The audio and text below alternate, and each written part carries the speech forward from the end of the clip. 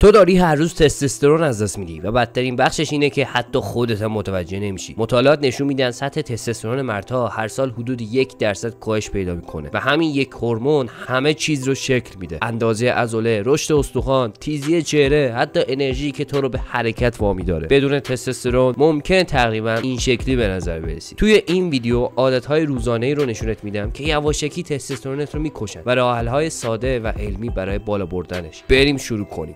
سبک زندگی کمتر رو امروز اکثر مردها تو تخت خوابیدن و اسکرول کردن و بازی کردن رو بیشتر ترجیح میده. واسه همین بدن تو فکر میکنه که تو نیاز به قدرت یا عضله نداری. تحرک کم این پیام رو میده که تستوسترون بیشتر لازم نیست. زمانهای قدیم مردم برای کار راه میرفتن، اما امروز همه ماشین یا موتور دارن. تحرک کمتر مساوی با تستوسترون کمتر. 2. خودارضایی زیاد و اعتیاد به دوپامین. دریافت مداوم دوپامین از پورنو خودارضایی بیش از حد مغز رو در حالت بی انگیزگی و بی تفاوتی نگه می‌داره. بدن دیگه فشار نمیاره که عضله بسازه یا دنبال هدف‌های واقعی بره. گول این افسانه رو هم نخور که خودارضایی تستوسترون رو زیاد میکنه. فقط به افرادی نگاه کن که بیش از حد این کار انجام میدن و زندگیشون افت کرده. کنترلش کاملا دست خودته. 3. گرما و دمای زیاد. بیضه‌ها باید خنک‌تر از واقعی بدن باشن تا تستوسترون تولید کنن. به همین دلیل بیرون از بدن قرار گرفتن. اما چیزایی مثل شلوارهای خیلی تنگ، دوش خیلی داغ، گذاشتن لپتاپ روی پا دمای بیضه رو بالا میبرن و تولید تستوسترون رو هم کاهش میدن. راه حل ها: موقع خواب لباسای گشاد بپوش، از حمام‌های خیلی داغ طولانی پرهیز کن، وسایل الکترونیکی رو روی پا نذار. 4. پلاستیک و مواد شیمیایی. خیلی از پلاستیک‌ها ماده‌ای به نام BPA دارن که داخل بدن مثل استروژن عمل میکنه.